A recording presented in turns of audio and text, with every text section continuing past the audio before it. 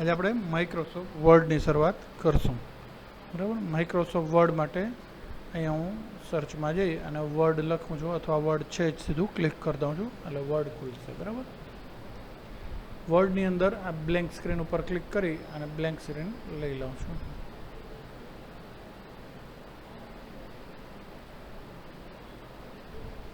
તો blank screen આવી ગઈ, કોરી સ્ક્રીન. આમ થોડુંક તો વર્ડ પેડ જેવું છે પણ વર્ડ એડવાન્સ છે. વર્ડનો ઉપયોગ દરેક સરકારી કચેરી, પ્રાઇવેટ ઓફિસ, વકીલોની ઓફિસમાં ગુજરાતી અંગ્રેજી ટાઈપિંગ કરવા, દસ્તાવેજ ટાઈપ કરવા, ડોક્યુમેન્ટ ટાઈપ કરવા માટે થાય. એટલે ધ્યાન દઈને શીખજો. આ વર્ડ આવડે તો કોઈ પણ ઓફિસમાં તમે કામ કરી શકો છો. હું અત્યારે ડેમો એમને મજા ટાઈપિંગ થોડું કરી નાખું છું. આપણા ક્લાસીસનું નામ, એડ્રેસ ટાઈપ કરું છું.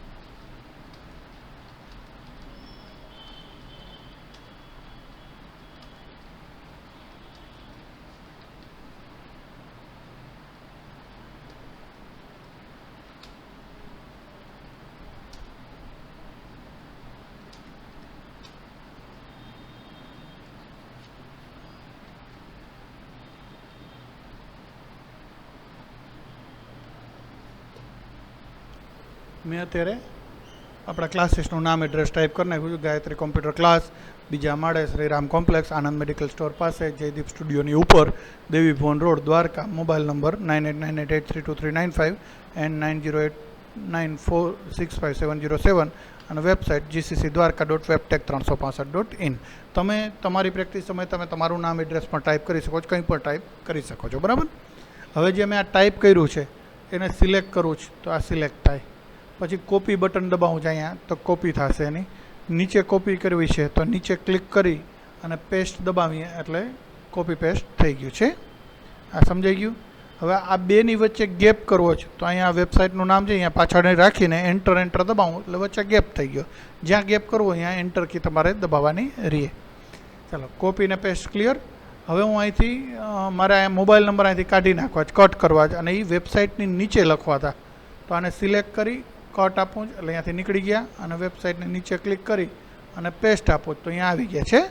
તમારે કોઈ પણ વસ્તુ એક જગ્યાથી બીજી જગ્યાએ લઈ જવી હોય તો એને સિલેક્ટ કરી કટ આપો અને એને જ્યાં મૂક્યું છે સૌથી ઉપર આપણા ક્લાસીસના નામની નીચે મૂકું તો એની પાછળ રાખીને એન્ટર મારું જ એટલે જગ્યા થઈ ગઈ. અહીંયા પેસ્ટ આપી દઉં એટલે અહીંયા આવી ગયા. બરાબર.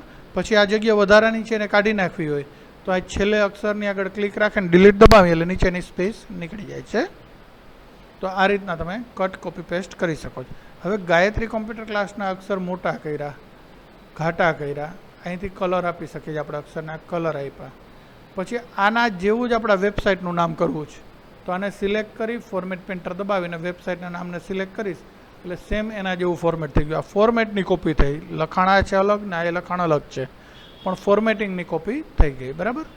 પછી આ મોબાઈલ નંબરને ઘાટા કરવા તો બોલ્ડ, પાછા જેવા તેવા કરવા મૂકી શકો. ત્રાંસા કરવા તો આઈ યુ અંડરલાઇનથી યુથી અંડરલાઇન આવે છે.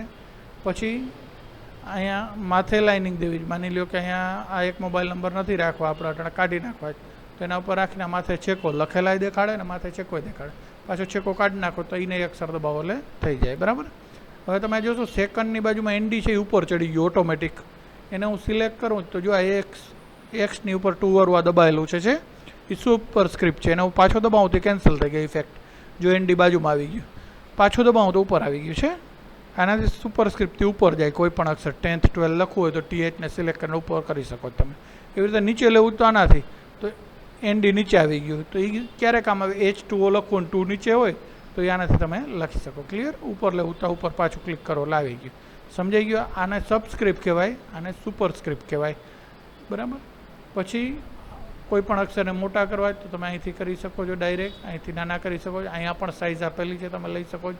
સ્ટાઇલ બદલાવી તો અહીંથી સ્ટાઇલ પણ તમે ચેન્જ કરી શકો છો. જે સ્ટાઇલમાં અક્ષર લખવા હોય લખી શકો છો. બરાબર. હવે આ નિયર આનંદ મેડિકલ સ્ટોર જયદીપ સ્ટુડિયો લખ્યું છે. મેં આ લખ્યું છે એમાં એક અક્ષર કેપિટલ છે. જોશો તો દરેક શબ્દ એક અક્ષર મેં કેપિટલ ટાઈપ કર્યો છે. પણ મને એમ થયું કે અમારા બધા અક્ષર કેપિટલ જ લખવા હતા, ભૂલથી આમ ટાઈપ થઈ ગયું. હવે છેકીને પાછું ન લખાય. આ તો હજી એક લીટી છે. કોઈ વાર એક આખો ફકરો અથવા એક આખું પેજ આવી રીતના થઈ ગયું હોય તો આને સિલેક્ટ કરવાનું અને અહીંયા કેસ છે એમાં આ જે છે ચેન્જ કેસ બોક્સ છે એની અંદર અપર કેસ છે એટલે બધા કેપિટલ થઈ ગયા ઓટોમેટિક. પાછું લોઅર આપો એટલે બધા સ્મોલ થઈ ગયા. પહેલો અક્ષર કેપિટલ કરો તો સેન્ટેન્સીસ ખાલી એક વાક્યનો પહેલો અક્ષર કેપિટલ, બાકી બધા સ્મોલ. શબ્દ કેપિટલ કરવા તો કેપિટલાઇઝ ઈચ વર્ડ, જ્યાંથી સ્પેસ મૂકી ત્યાંથી કેપિટલ. બરાબર. તો આ તમે અહીંથી ફોર્મેટમાં સેન્ટેન્સ એટલે પહેલો અક્ષર કેપિટલ, લોઅર એટલે બધા સ્મોલ, અપર એટલે બધા કેપિટલ, કેપિટલાઇઝ ઈચ વર્ડ એટલે જ્યાંથી સ્પેસ મૂકી ત્યાંથી એક શબ્દ કેપિટલ. ટોગલ એટલે ઉલટું સુલટું, કેપિટલ હોય સ્મોલ ને સ્મોલ હોય કેપિટલ, ઉલટું થઈ જાય. પાછું ટોગલ બનાવો એટલે જેવું હતું એવું, એટલે જે છે તે ઉલટાનું ઉલટું એટલે સમૂહ થઈ જાય. ક્લિયર? આ ચેન્જ કેસવાળું. હવે આ નીચે વેબસાઇટમાં મેં ફોર્મેટિંગ આપી જ કલરને, પછી એમ તો જ્ઞાન નહોતું આપવું, નોર્મલ સાદા અક્ષર જ બરાબર હતા. તો આને સિલેક્ટ કરી અને ક્લિયર ફોર્મેટિંગ છે એ દબાવો એટલે નોર્મલ સાદા અક્ષર થઈ ગયા છે. હું અહીંયા થોડાક નામ લખું છું, નીચે જાઉં છું, અહીંયા જસ્ટ સ્ટુડન્ટના થોડાક નામ લખું છું, રાજેશ,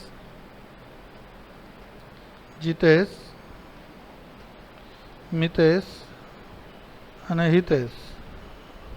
હવે આ 4 સ્ટુડન્ટના જે નામ લખ્યા છે એ ચારેય સ્ટુડન્ટના નામની આગળ મારે બુલેટ પોઈન્ટ અહીં જોતો હતો. તો આ ચારેયને સિલેક્ટ કરી અને અહીંથી આ બુલેટ પોઈન્ટ દબાવીશ તો આગળ બુલેટ પોઈન્ટ આવી ગયા. એમાં એ પોઈન્ટ બુલેટ પોઈન્ટની બાજુમાં એક પોઈન્ટ છે, એમાં જાશો તો ઘણા બધા નવા પોઈન્ટ મળશે.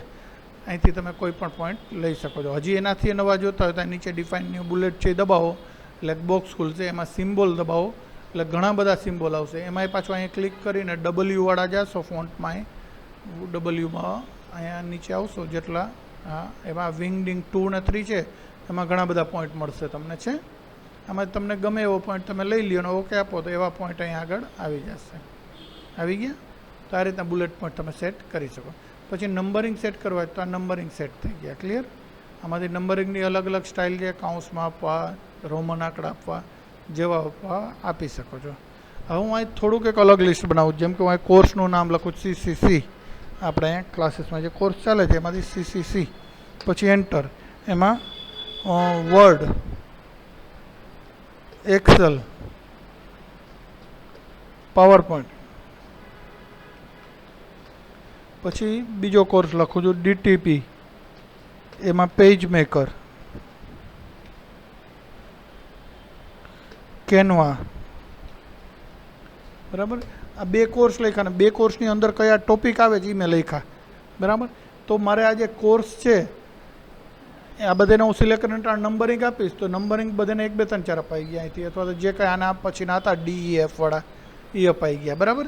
હું નામવાળું કાઢી નાખું એટલે એથી નંબરોમાં ઓટોમેટિક થઈ જશે. જો છે.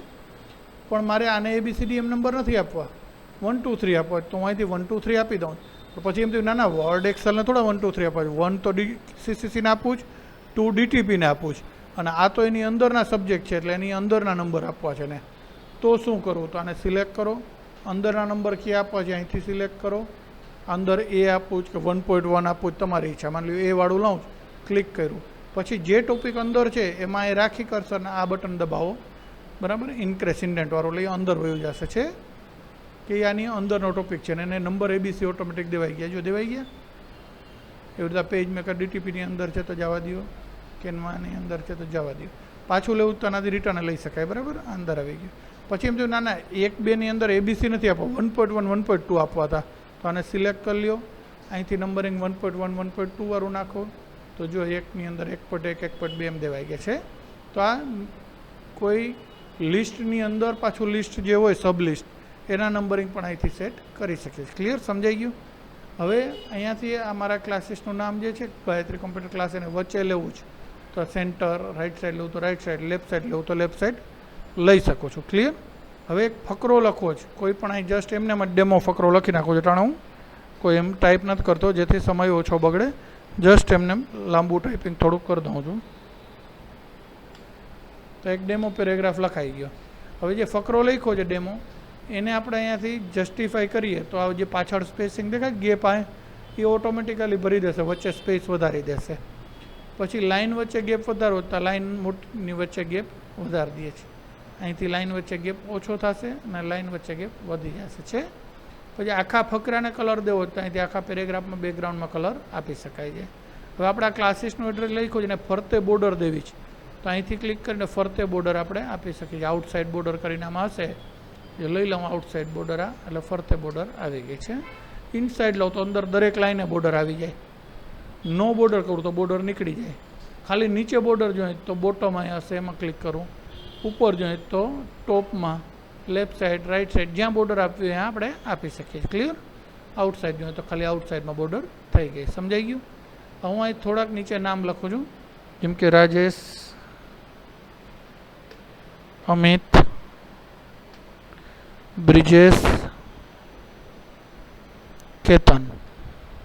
આ ચારે નામ લખ્યા છે. હવે મારે ચારેયને એબીસીડી વાઇઝ ગોઠવવા તો આને સિલેક્ટ કરી અને A to Z આપું તો એબીસીડી વાઇઝ ગોઠવાઈ જશે. ઓકે આપું એટલે ગોઠવાઈ ગયા છે. આ A to Z દબાવવાનું. અહીં સોર્ટ બાય લખેલું આવી ગયું ઓટોમેટિક. એસેન્ડિંગ એટલે ચડતા ક્રમમાં, ડિસેન્ડિંગ એટલે ઉલટા ક્રમમાં. અમિત નીચે આવી જશે. પાછું એમાં ક્લિક કરીને એસેન્ડિંગ કરવું એટલે અમિત ઉપર આવી જશે. એબીસીડી વાઇઝ અહીં ગોઠવાઈ જાય છે. પછી આ જે છે એ નોન પ્રિન્ટેબલ કેરેક્ટર છે. એ શું છે? એન્ટર ક્યાં માર્યા, સ્પેસ ક્યાં માર્યા, એ બધું બતાવે. જો એન્ટર માર્યા હોય અહીંયા આ નિશાની આવે, જ્યાં ટેબ માર્યું હોય અહીંયા એરો જેવી નિશાની આવે, સ્પેસ માર્યા અહીંયા ડોટ આવે, જો વચ્ચે છે સ્પેસ છે અહીંયા ડોટ આવે. આ બધા નોન પ્રિન્ટેબલ કેરેક્ટર છે. ક્યાં છે એ જોવા માટે થઈને આ તમે દબાવી શકો. પાછું દબાવો એટલે એ વયું જાય. ક્લિયર. આજે આપણે હોમ મેનુમાંથી કોપી પેસ્ટથી કરીને અહીં સુધીનું કર્યું. આટલું તમે વ્યવસ્થિત રિવાઇઝ કરી લો તમારા હાથે. અને દરેક માઉસથી તો રિવાઇઝ કરવાનું, પ્લસ કીબોર્ડથી કરવાનું. જેમ કે આ બી ઉપર રાખો તો એની શોર્ટકટ કી દેખાડે કંટ્રોલ બી, તો કીબોર્ડથી બોલ્ડ થાય. જેમ કે આને હું સિલેક્ટ કરીને કીબોર્ડમાંથી કંટ્રોલ બી દબાવું તો એ ઘાટું થઈ જશે. થઈ ગયું. પાછું કંટ્રોલ બી દબાવું તો જેવું હતું એવું થઈ ગયું છે. તો એવી રીતના આ બધાની શોર્ટકટ કી તમારે ઉપયોગ કરવાની. કટ કોપી પેસ્ટની છે. અહીં એરો રાખશો એટલે એનું નામ બતાવે, એની શોર્ટકટ કી અને એનો ઉપયોગ પણ લખેલો બતાવશે. વ્યવસ્થિત ધ્યાન દઈને આટલું 2-3 વાર પ્રેક્ટિસ કરી લો. આજે આપણે આટલું રાખીએ. આગળના સેશનમાં આપણે આગળ કરશું.